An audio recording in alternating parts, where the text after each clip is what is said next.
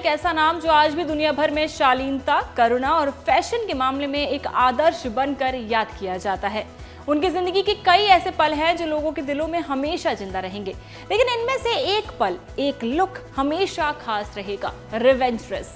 ये वही मशहूर काला गाउन था जिसे प्रिंसेस डायना ने 1994 में पहना था। ये सिर्फ एक फैशन स्टेटमेंट नहीं था, बल्कि ये था उनकी वापसी का प्रतीक। एक ऐसी वापसी जब उनके और प्रिंस चार्ल्स के निजी जीवन के बड़े खुलासे हुए थे।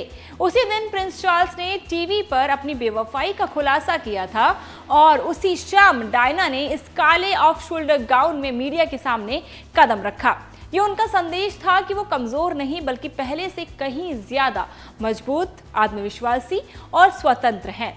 अब पेरिस के ग्रेविन वैक्स म्यूजियम ने प्रिंसेस डायना के इस लुक को नई जिंदगी दी है।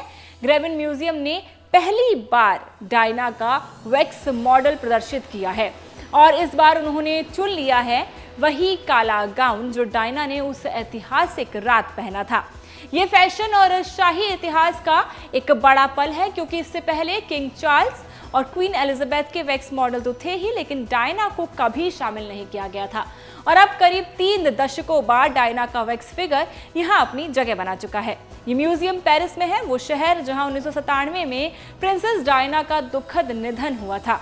यही कारण है कि यहाँ उनका वैक्स फिगर लगाना उनके चाहने वालों के लिए एक भावुक पल बन गया है। 20 नवंबर की तारीख भी इस लुक के लिए खास है, क्योंकि ठीक 30 साल पहले इस दिन डायना ने BBC पर अपना इंटरव्यू दिया था। उसी इंटरव्यू में उन्होंने ये भी कहा था, इस शादी में हम 3 लोग थे। ये बयान उनकी साहसिकता, दर्द और सच बोलने की ताकत का प्रतीक बन गया था। अब ग्रेविन म्यूजियम में उनका ये वैक्स मॉडल एक नए रूप में हमें ये याद दिलाता है कि प्रिंसेस डायना सिर्फ एक राजकुमारी नहीं बल्कि एक महिला थी जिन्होंने अपने समय की कई परंपराओं को चुनौती दी थी।